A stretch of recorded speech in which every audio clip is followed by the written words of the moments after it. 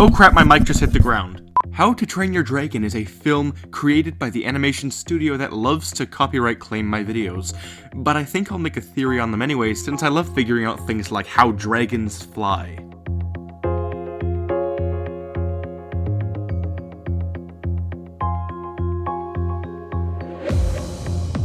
Hello, I'm the guy who butchered the film Coraline. I'm the Theorizer, and since I had quite a long streak of videos that were just focused on the backstory of movies, I thought it was about time to bring back the math, because everybody loves math, I think. Don't worry, you arithmophobics out there, I'm not going to make a massive video full of math like I did with Jetpack Joyride. Instead, I'm going to tell all of you how fast this beloved dragon is and, well, if he could actually fly. Or if we should be adding yet another beloved DreamWorks character to the long list of creatures that shouldn't still be living.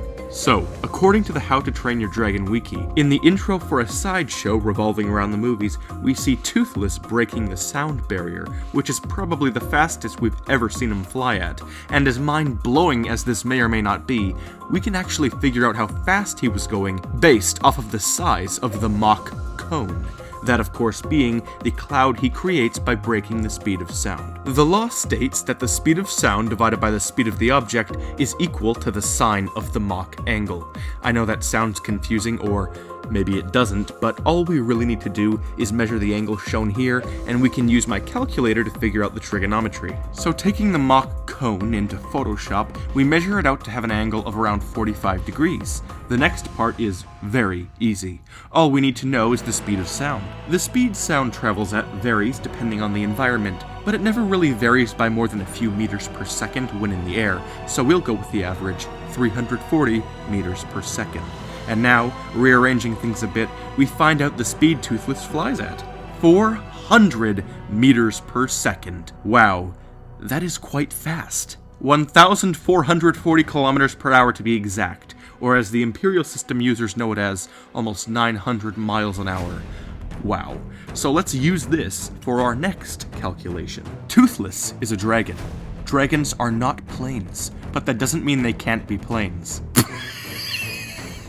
And what I mean by that redundant statement is that Toothless might not actually be a plane flying through the air, but while gliding, he still uses all of the same forces that a plane does.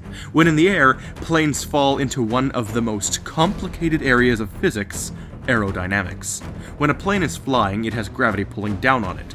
There's also something known as lift, which is keeping it up. Lift is created by the ways in which the air runs under the wings, which creates enough pressure to keep it up. If a plane isn't accelerating upwards or isn't falling down through the sky, then it means that these two forces are identical, as they cancel out, creating no vertical acceleration. Same goes for the horizontal forces. If a plane isn't moving, it means that the wind resistance is the same as the thrust pushing it forward. However, planes typically are moving forwards, but here's the interesting thing. Just because there isn't any acceleration doesn't mean there isn't any speed. It just means that the speed has to stay the same, not changing. Ever realized how it's hard to begin to run faster and faster, but sort of easy to keep the same speed? Ever realized how when you are falling, you feel your stomach go up a little bit, but when you hit terminal velocity, you feel nothing? Or the best example, notice how when you sit in a car, it feels just like you're sitting in a couch. You can go super fast or super slow, and the car still feels like it isn't moving at all. You only feel it when somebody slams on the brakes and your jaw flies into the airbag, triggering it, or when somebody goes from no speed at all to flooring it instantly. It's the acceleration and the deceleration. That is what humans feel. And it's why you can drive at a constant speed, but not feel any forces pushing or pulling you. They all cancel out. It can also be represented with the formula. Force divided by mass is acceleration. If you have zero force, you have zero acceleration. But what happens when nothing accelerates? Zero acceleration? You stay at the same speed because you're not speeding up. But this can also mean you simply aren't moving at all. Both work.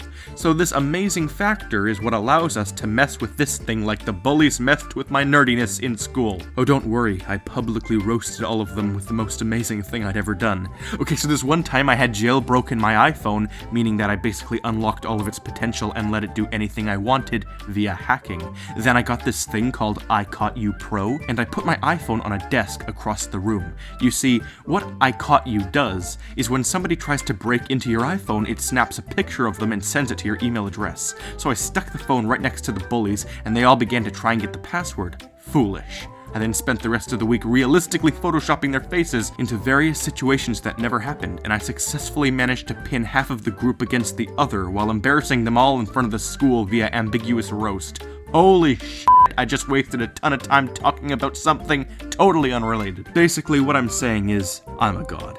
And yes, this applies to both the iPhone fiasco and the topic we are currently analyzing, Toothless's thrust. And so, since Toothless doesn't accelerate upwards or downwards, these two forces are identical, which makes everything so much easier, since the force of gravity is just mass times gravity, and we can look up both. Gravity is 9.81 meters per second squared, and Toothless weighs in at 805.6 kilograms. Boom. Now all we need to know is if Toothless can create enough force to overcome this at any point, and if he can, then it means he will be able to fly, and do so much more. So probably the best way to go about this next part is by figuring out the force Toothless thrusts forward with, and lucky us, he flies at the constant speed of 400 meters per second. And also, so lucky us, this means that these two are the same, and drag force can be found using the formula. I swear, every third video I upload involves this formula. I am so done with it, so I'll breeze over it like usual. The force is air density times the frontal area of an object times drag coefficient times the speed squared divided by 2.